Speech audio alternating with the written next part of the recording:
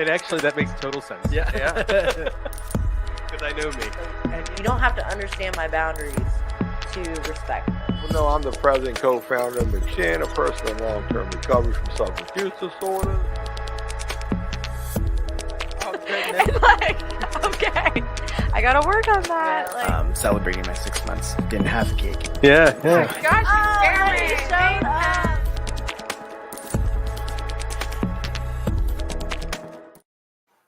Hey everybody, thank you for joining us. Today we are Get in the Herd live to you streaming. I'm Raymond Ruybe, I'm going to be your host, and I'm here with Debbie Serio. Serio, I'm sorry, did I do that right? That's right. Yeah. I don't know why it was going through my head, and I let it get there, and it bounced around like a bat, and I did it right. Okay, cool. It's a current. Yeah, it's my common occurrence. Yeah. with me or your name? With everybody. Yeah. All right. So, hey, everybody, thank you for joining us. We're going to be talking today about the process of becoming a peer recovery specialist here in Virginia. As many of you know, I'm a person who suffers from mental health and substance abuse issues, and I'm currently in recovery. And I just recently, as of Monday, achieved the certification of my PRS experience. So I am here at McShin, and I'm joined by Debbie, who is in the process of earning her certification and interning here with us at McShin to earn her 500 hours. So Debbie, you want to talk a little bit about what that experience has been like for you, and then we could just bounce back and forth? Yes, thank you, Raymond. I am also a person in long-term recovery. I'm an alcoholic, and I have been coming around McShin for quite a number of years with a loved one who went through the program here, which is amazing. And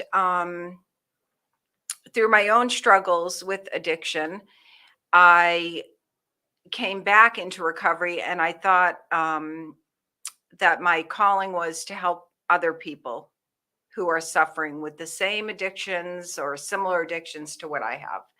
So I looked into different options, and the PRS came up, and they offered a course here. So I took my, I think it's 72 hours, right, for the course? Yeah, the 72-hour educational course. Yeah. Educational course with a great group of people. Took that with McShin, and now I'm working on my 500 certification hours and also completing those at McShin. Cool. And I want to thank everybody who's joining us today live out there on the internet, as well as in our jail programs. Of course, if you'd like, you can always text us, and hopefully we'll be able to get back to you in real time. So what was the process like entering into the course?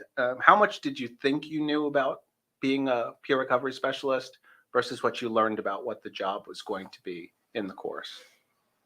I only knew what I had read, what the job entailed. I've always been a compassionate person. I've volunteered at different organizations unrelated to recovery, but, homeless shelters and things like that, soup kitchens. So I'm familiar with, the process of being involved in the community, but I didn't realize everything that was involved with a peer recovery specialist. So what was it that you learned about that was glaringly different than what you thought it would be like to be a PRS? I think I just learned the importance of the fact that a PRS would be someone who has similar experiences to the people, the community that we're serving. So I'm a person in recovery. We're reaching out to people and providing a service to people in recovery. Mm-hmm. Whereas some of the other things that I've helped with, I can't relate to on that same level. Sure. Yeah, I think for me, I kind of assumed when I was in my earliest recovery and I was working with my PRS in my 28-day program that, this person knows everything there is to know about everything. And like they could connect with me on a very fundamental human level, which was their empathy, but they didn't really have that much in common with me at all. The only thing that we really had in common was recovery. Mm-hmm. And it was just, I think, the PRSs, we have to learn how to listen and let the other person do a lot of the talking. And, most times it was true for me, and I noticed this with some of the folks that I work with. They sort of like let you know everything that you need to know and how to connect with them on a very human, empathetic level. And sometimes if you're too busy talking, from my experience, like if I'm so busy trying to be wise and know everything, I'm missing half of what they're saying, and it could be very frustrating for them and for me, because I'm like, why can't we just connect? And it's because in the very beginning, I was just too busy talking about my own experiences and not listening to theirs. Right. And I think for me, it was really important to recognize that we're all coming from a different place and we're at a different space in our recovery. So someone that is very new to recovery may have a very different experience from someone that has years of recovery. Right. And so meeting people where they're at was really important. My life situation, even though I can share a lot of what is involved in my recovery and what works for most of us, my situation might be very different from someone else's situation. So I might have some valuable tools too, in terms of helping them with some basic life needs, like you've shown as an example, helping with applications for maybe healthcare that they don't have, or food availability, those type of things that we may take for granted, maybe not, but that are available to us. Sure. Yeah, I definitely took that for granted my whole life. I didn't have to worry about those things. And then I found myself in my own training when I was going through the course, and I did that through DBHDS, the Virginia Department of Behavioral Health, and I realized, wow, there's so much more to this that I hadn't even considered. So for me personally, I hadn't even considered that people would be transitioning out of jail programs, because I'd never been to jail. So I never considered that as an option. So I found that my own viewpoint of what recovery was the biggest hindrance to my learning at first, because that's not what 99% of recovery is for different people. What about you, Art? What do you think?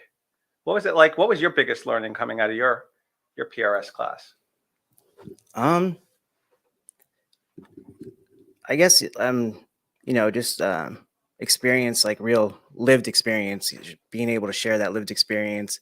For me, a big obstacle, or like something that I still kind of struggle with, is knowing that I have a hard time sharing my lived experience and my with other people, because I feel like might still be in that situation, and it's hard to talk about those things when I haven't found a solution for it yet.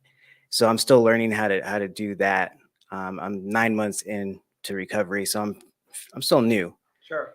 So and I'm just learning how to deal with life issues, with work, and how to balance things. So I'm still learning. So it's hard for me to get, that's something I'm learning as I go. Yeah. But I mean, the PRS class was awesome though. It's helpful, and it's an awesome experience. Cool. Yeah, I think shared experiences is important, but to a point. I want to hear your thoughts on this, but I noticed that, especially when I was a new PRS, I was afraid of what I might say that could be misinterpreted most of the time. So I want to share your lived experience, but then you're like, I don't want to trigger this person. Like, what if I say the wrong thing? What if, and then it was all about me. Like, I could say the wrong thing and cause them to use, but that's not how it works at all. How do you feel about that? I agree. I think there's a fine balancing act in that. And for me personally, because my addiction is to alcohol, I didn't have really any personal experience with drug use, but I'm very involved with a lot of people that do have that experience. So I can't share on that in my own recovery, because that thankfully is not something that I had to recover from. So that's a knowledge that I don't have to share with anyone if I'm in a coaching session or sharing one-on-one. So I feel like for me personally, I learn just as much from the other individual as they might be gaining from some of my experience. Yeah, I definitely find myself in that situation a lot too, where the other person might think that I'm being really helpful, but at the same time, I'm really learning a lot from them Mhm. because, the lived experience goes both ways. When I'm, even sitting down here with you, we were talking earlier, you're from Boston, I'm from New York, we can still be friends. But there's like a very similar, but also, very different lived experience that we have. Even though we're both from big cities, the commonality might really end there. Mhm.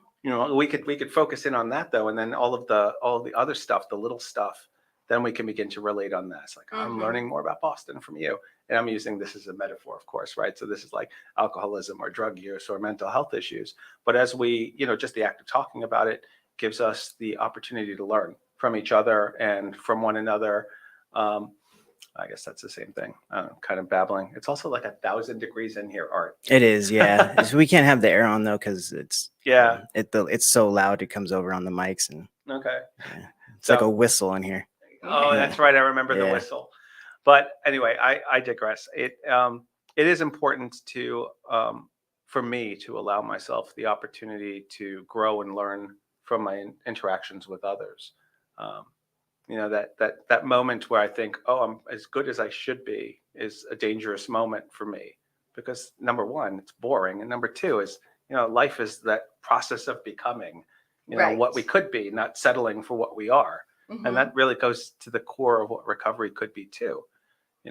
We don't just go into recovery because we want to change who we are. We want to grow as individuals. Yes. Yeah. Yeah. And I found that when I first came into recovery, I didn't really have a good understanding of the programs that were offered to assist us in that. So for me personally, I do 12-step work. Mhm. So I attend AA meetings every day. I go to mostly the same meetings, but I try to branch out. And every time I go to a meeting, I learn something from someone's share. And it's a lot of times what I needed to hear. Mhm.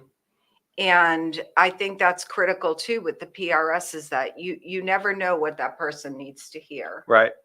when you're working with them. Yeah. And it might just have been something that they're struggling with that they weren't able to process or to think through on their own. And we're a valuable resource for that because you have the full knowledge of what's available out there. Or at least I try to. Yeah. There are so many different recovery programs available. Right. I will focus on what mine is, which is recovery dharma, and I try to stay like within Eastern meditation, Eastern philosophy. Mhm.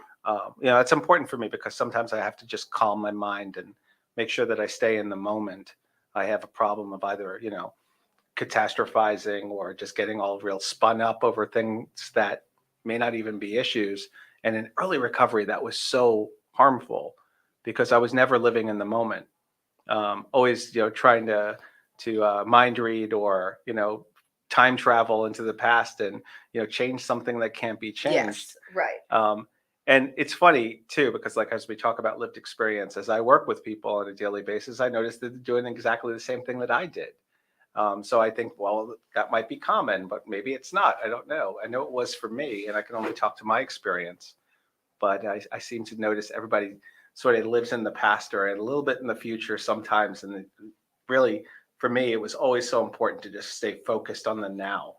Yeah, or that's in 12 that's step difficult. language. I actually had a counseling session today, and something that we talked about was mindfulness and learning how to stay present. Mhm. Little tricks you can do to stay present. Because I have like issues with like social anxiety and speaking in front of large groups, and like we have the community meeting here at McShin, and it's a lot of people that are in there. So I don't like going on the stage, but there's little things you can do like count like items in the room or like colors on the wall and just say those things to yourself, and it helps with staying present. I'm also one of those people that kind of lives in the past, Yeah. and it affects me when I talk to people because I'm constantly thinking. And something that I noticed too is might be a little bit off, but I noticed that when I dream, I'm not nervous, or I'm not like, I don't think so much in my dreams. I just kind of am doing whatever it is, and then it's like when I wake up, that's when the thoughts come in. I don't know what that's about, but it's Hmm. something I noticed. That's interesting. Yeah. So what works for you guys? Like when you need to stay focused in the present, what are the things that you employ? I mean, something I do is like, talking about the like counting things in the room, is like I imagine myself like putting in a light bulb wherever the light fixture is, or like screwing in, putting in an outlet, like the panel thing, little things like that, hanging up a picture frame, putting the nail in the wall, like just looking around the room and kind of seeing what I would do in the room, that's what helps. So taking goals and breaking them down into smaller Yeah. tasks. I Yeah. like that. We're going to go back to Yeah. it. Mhm. Cool. For me personally, I'm task oriented. Mhm. So I'm a really strong believer in keeping a list.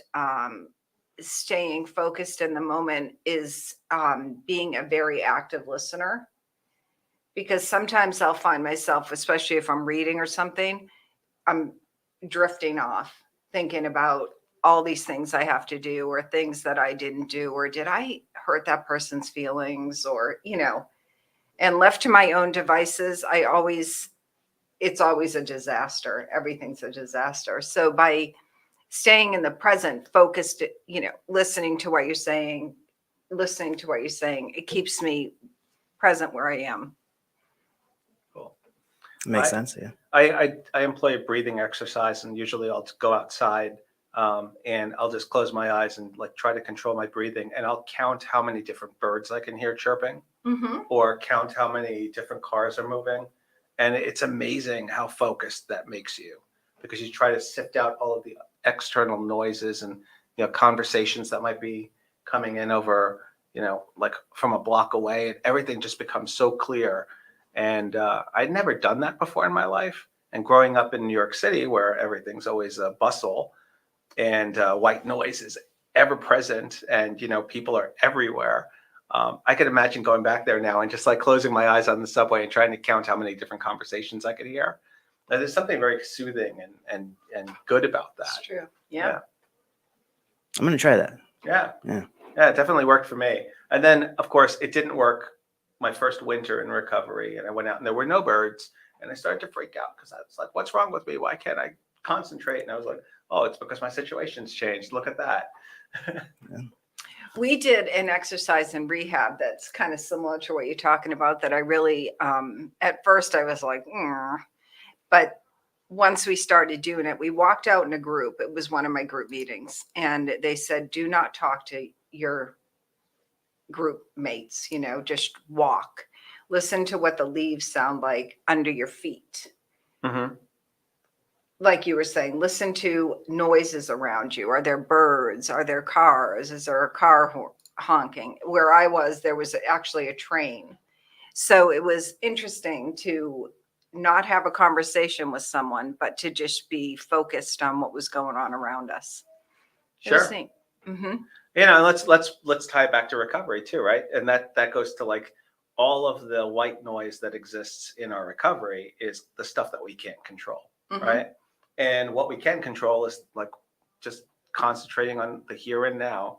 Like, let me see, how do I best put this? So the serenity prayer, not that I want to focus on 12-step too much, but the serenity prayer is good, because it's like, the wisdom to know the difference. And I didn't realize it at the time when I was practicing Buddhist mindfulness. I was employing the process of knowing the difference between what's here and what's not here, and what I wanted to focus on. And in most cases, we need to make the decision, I need to focus on me and not all this external noise that's going on here that I have no control over. So for me, it was very good. Yeah. Sorry, that was. I like that. The wisdom to know the difference. That's something that I need to. It's hard though. It's hard to, figure out what it is. Like, and a lot of times, even when you know what it is that you can't change, you say, I don't know why I still try. I live it, like talking about living in the past a lot. Like I have having a hard time figuring out who I am without the drugs and alcohol. Mm-hmm. And I feel like there were certain things about myself in the past that kind of identified who I was. So now without those things, I don't know who I am. So, but it's hard letting go of that person and knowing that I can't change that, and so I don't. Well, yeah, and I think that's also very common too for people who, like as a New Yorker, I'll bring it back to New York again. As a New Yorker, we always used to say, well, I don't know what I don't know. It's easy to just dwell on those things that you do know. And I find in most cases, people who are new in recovery, they're more concerned about going back to who they were as opposed to figuring out who they could be. Yeah. And yeah, it's because it's the devil you know and the devil you don't, right? Sometimes different where change can be dangerous and scary and people will avoid it. And yeah, again, using the 12-step language, seek that easier, softer way because it's easier to just go back to what they were. And in most cases, being what you were didn't quite work out the way that we thought it would. So, it's good to explore those things that we don't know about ourselves. Yeah. Yeah. So now that you have been volunteering here at McShin and putting in for your 500 hours, what do you know now that you didn't know? Like how I know that, well, let me focus on your current job. You work at the Hanover County Community Service Board. Yes, I do. And want to talk a little bit about what you do there and how it differs from what we do here at McShin? Sure. So I'm on the administrative team for the Hanover County Community Services Board. And within our office, we handle the Community Service Board directly handles people with substance abuse disorders and mental health disorders, or a combination of both. So we have a couple of PRS on staff, and we also have licensed clinicians that do therapy services for adults and children. And then we also share a lobby with the Department of Social Services, and they handle things like Medicaid, food stamps, childcare. So there's a wide variety of, services that we provide to our county. And it's just so fulfilling to help people. Yeah. And there's so much need, there's a lot of need. And like you were saying too about people coming out of jail, we see a lot of people coming out of jail and they don't have anything. Mm-hmm. They don't even have an ID. So they're literally starting from ground zero, and we are there to help. And it's a great feeling. So let's say you get somebody who's new in recovery, straight out of jail, and needs to completely restart their life. How would you assist them in that process? Like, what would be like the very foundational things that you would need to work with them on to help them, begin to start their new life in recovery?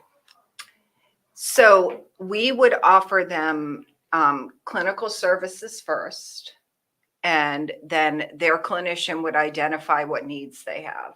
And it could be basic living needs. It could be a wide variety of things. We have housing resources, but they at this time are full. So that's always a challenge for people, is finding housing. And we also offer for substance abuse disorder, we offer IOP services, which are intensive outpatient program. And they can take advantage of all of those services free of charge. Cool. That's amazing. Yeah. So it helps them get back on their feet and back into society, and with no judgment. We are just literally there to help them. Well, it's funny that you should say that, because no judgment is like sort of, it's our maxim, right? It's our creed. We're not supposed to judge others. And it's very counter to human nature to not be judgmental. Mm-hmm. So how do you navigate that? Like, I'm not saying like judging somebody because of their situation, but like, we sometimes will run into people who very firmly bump up against our fundamental belief systems, Mm-hmm. whether it's religious or, political. It could be anything, right? So how do you go about like just navigating those waters? So in my role, I really have to put those differences aside. Mhm. And even as a PRS or as in a coworker in life, I think that's something that we have to really practice is just accepting people for who they are and Yeah. for their experiences. And we do have a lot of people that are struggling and they're contrary or argumentative, and it's not our place. Yeah. You know, it's just, it's not our place. I agree with you 100% on that. I grew up in a household where there were two things that we never spoke about at the dinner table, and that was religion and politics. Mhm. Like, you could talk about anything else and you could fight about it, but you never talked about those two things. And, and then when I left, New York and I went into the working world, I realized that's a really good, thing to never do, is to never discuss religion or politics, whether it be work or with friends or anybody, because it fosters this community or this culture of us versus them. People will sometimes treat politics like it's a sports team. Or you're a red, you're a blue, or you're whatever. And, it's just, it's so divisive, right? Mhm. Because it's like, then it's like, well, I know my standpoint is, and then your standpoint is way on the other side. And usually most people have more things in common than they don't. It's just that us versus them mentality that Mhm. makes us think that we don't. So yeah, I'm glad you said that, because it's very much how I operate too. I always have. And I come into the office every morning. I leave. I try to leave my ego and I leave my judgments at the door, because otherwise I'm going to find myself in hot water. Getting upset about things I can't control. Right? Again, Exactly. Yeah. Yeah. And we all know from people in recovery that we can't want it more than the people we're helping. Right. And that goes for in the role of a PRS. It's going to work for all of us who want it, Mm. because it's work. It's not just a Harry Potter wand. It is work that we have to put in. I have to work every day at my recovery. I have to work every day at my job. I have to work to keep my apartment clean. I have to work to keep, my bills paid, all of that stuff. So recovery takes a lot of hard work, and you have to want it to be able to put the work in. And it's the same with the CSB. We'll have people that come in for services. Well, they skip all of their appointments. Mm-hmm. You can't help someone who's not there. Right. That's true. Yeah. And oftentimes you can't help somebody who's not there, while they're having Right. a conversation with you, if they're not fully engaged in the conversation. And I think that especially with folks in very new recovery, you don't realize that that recovery is a program of action. It doesn't matter which program you choose, whether does it's not. SMART or Right. Dharma or 12-step or any, but the whole process of introspection and to our earlier conversation, turning that spotlight inward as opposed to always pointing it out towards other people, that takes an enormous amount of effort, especially depending on how you've been conditioned, or the certain identity that you may have created for yourself while you were in your active addiction, or having your mental health distress. It can be very it can be scary to commit to a life of action where you don't necessarily know what the outcome is. Yes. But your what you said about the magic wand is really important, because it's something that I deal with a lot, where I may think I know what's right for the other person, and I try to coach them. And if they ask for my opinion or recommendations, I'll give them that. I can help them with resources, and I want for them to want recovery. Not that I want for them to immediately become better, because I don't know that would be good for any of us. It can lead to a little bit of compassion fatigue sometimes, Mm-hmm. where you really do care about the people who you serve, and you really do want to help to the best of your ability. But again, bringing it back to what we can't control the other person's receptivity to that compassion. And it can be very exhausting. Last week, I had a situation outside of work where I was trying to work with somebody, and it just left me feeling like, why? Well, two things. First, I wanted to shake them and be like, why It can didn't be you just listen frustrating. to me? Yeah. It can be frustrating, Mhm. but it can sometimes also at my darkest times feel a little hopeless, as if, this disease of addiction or mental health issues, it's always going to exist. And then I have to really, again, meditate on it and remember that, there's the one person that you can help, or who wants the help, who wants to do the work, and that's the person that you need to focus Yeah, on. you never know when something's gonna click for somebody. Right. Like even there's times where I might sit there and be like, well, even for myself, like why even try? Like I'm so far gone, like, but you never know when you're gonna hear something that's gonna click and just resonate, and you're like, that's it. You know what I'm saying? It could be something small, like yesterday in the community meeting, John was talking about how having a commitment, or having a home group can keep you sober from relapsing that day. You know what I'm saying? Just because you have that commitment at that home group, you're going to go there and you're going to be accountable, and that might prevent you that day from accountability. Yeah. exactly. And those are, I mean, I know I've heard that before, but for some reason when I heard it last night, it was like, I need a home group. Like, Yeah. I'm, you know what I'm saying? Like, and it's just something simple like that. And yeah, so it's important to stay hopeful, and know that you never know when it is or what it is that you're going to say, or when, just got to keep doing it. Sure. I mean, it's important for us to, and I had to use a couple of terms that we learned in our PRS training. It's like the trans-theoretical stages of change, right? When somebody goes from, pre-contemplation, which is, I don't have any problem at all, to contemplation, I might have a problem, to preparation, yeah, maybe I need to do something about it, to action, which is, all right, now this is the plan of I'm going to follow. And then to maintenance, which is what the three of us are in right now, which is I've committed to a plan, I've created goals and action steps and tasks to do. And now, after 6 months, you continue in the maintenance portion of that. It doesn't mean that any one of us might not be able to slide back, from a lapse or a behavioral issue to where we were earlier in the spectrum. But it also doesn't mean that we lose all of the wisdom and the knowledge that we've gained while moving ourselves through that. And then, hoping to facilitate others through those stages of change also. And yeah, another person's change can happen in a place where we don't even expect it. Yes. Yeah. And I liked when I was able to sit in with you this morning on one of your sessions where, you're talking to the individual about what's working for them in their recovery, what challenges they might be facing. And I think it's important to address those, and also for us to all have goals, right? To keep goals. Yeah. Yeah. Both long-term and short-term goals. Long-term goals being the fluffier ones, right? But then SMART goals, right?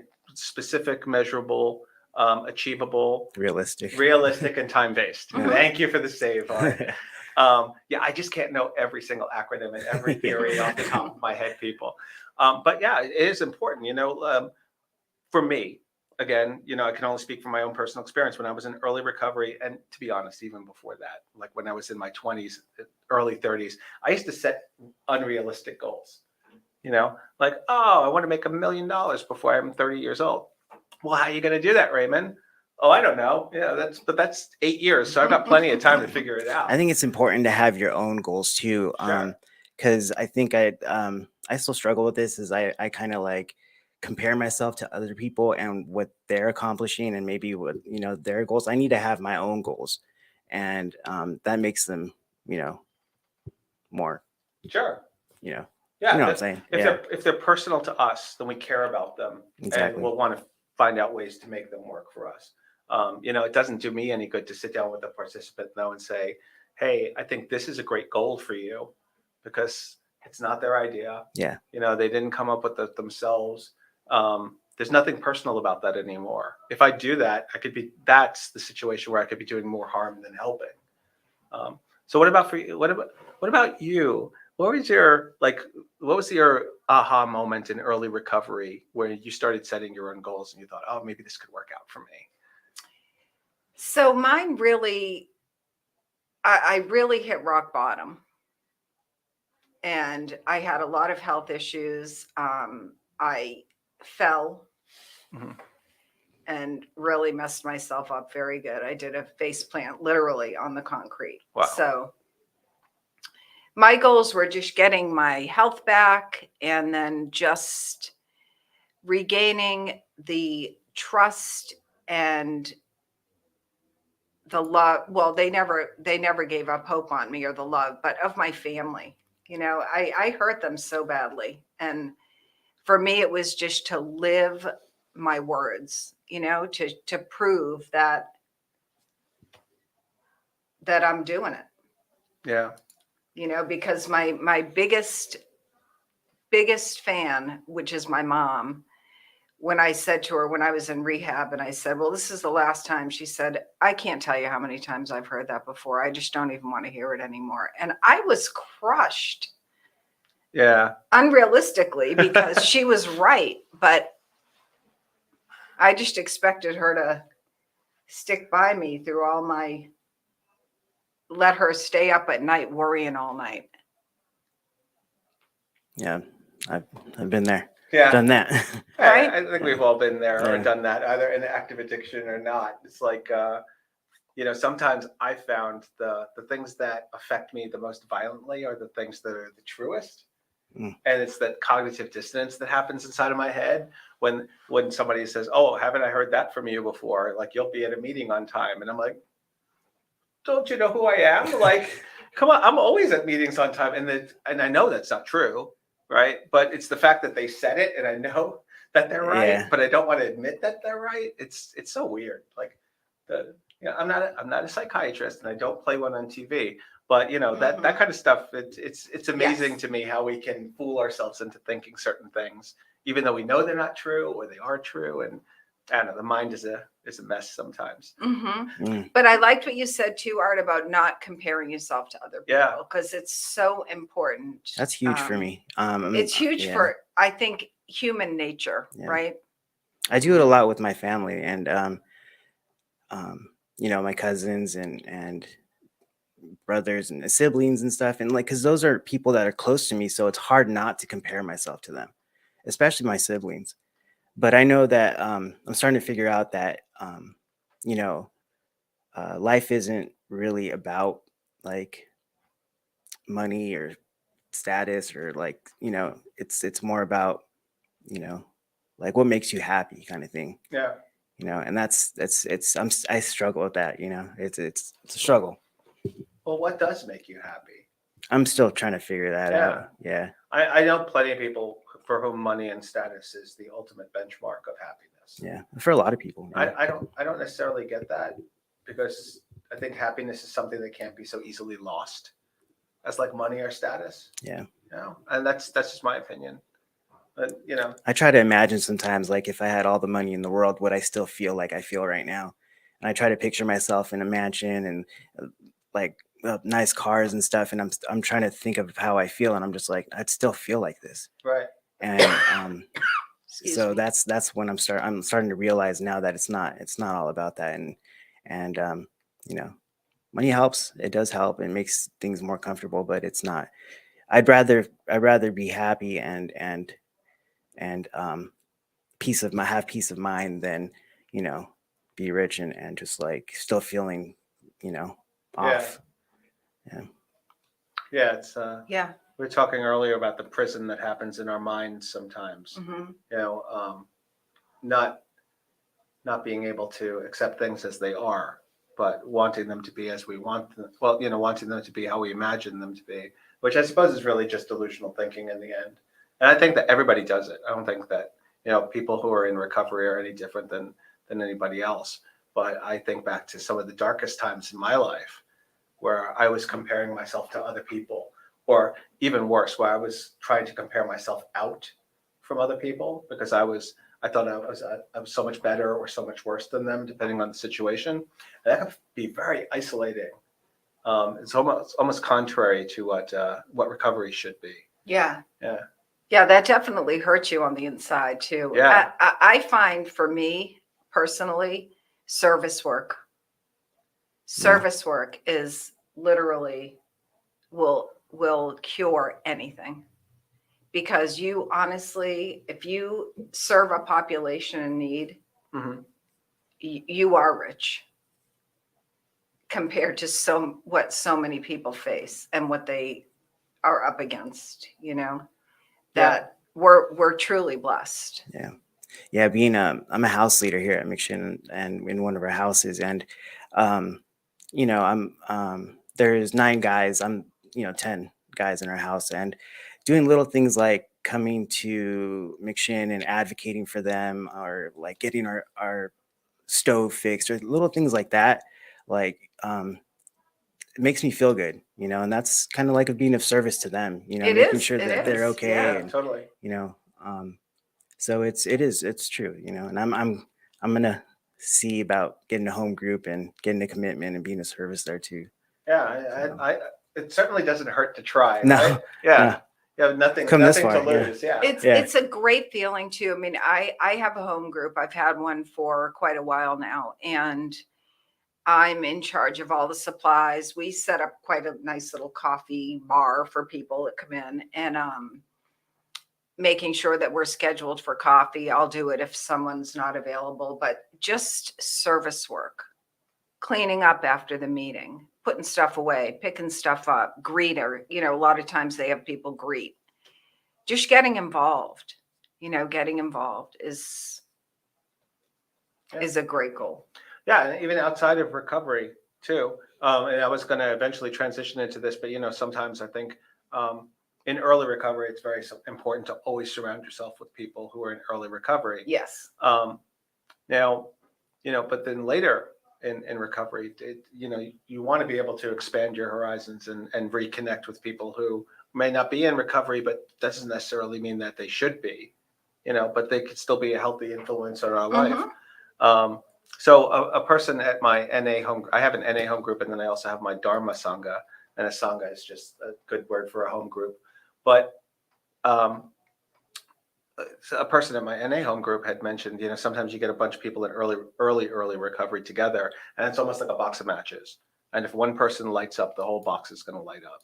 So you need to sort of diversify a little bit and get people from either, other recovery communities or, family and stuff, just to break that up a little, so you get more of a wall between you and any crisis. Or longer term recovery. Yeah, longer term recovery, sure. Yeah. All right. So do we have any comments that we can address? Anybody chatting us on the site? There's a few people. Ooh.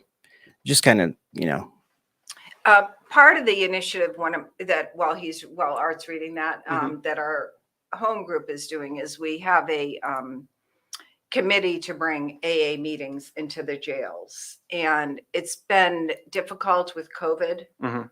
I know Paul Monkey is still not having people in there, at least for AA meetings at this time. I know McShin's very involved over there, but they're, as far as I know. So that's another way to help that community. our largest audience here for the podcast is actually in the jails. So what we do is we get these podcasts, we download them to Dropbox, and then we give them to Paytel, which they are like a communication company in the jails, and they put on the tablets so that they can watch inside the jails. So, and if you guys are listening, actually, if you guys want to write to McShin and address it to the Get in the Herd podcast, and I'll display the address down on the bottom. It's 2300 Dumbarton Road, Richmond, Virginia 23228. I'll make sure you put in Get in the Herd podcast, and I'll see if I can write you guys back, or if you guys have any suggestions or ideas for a podcast you'd guys like to watch or hear. We'll see what we can do about that. Yeah, gladly. That would be great.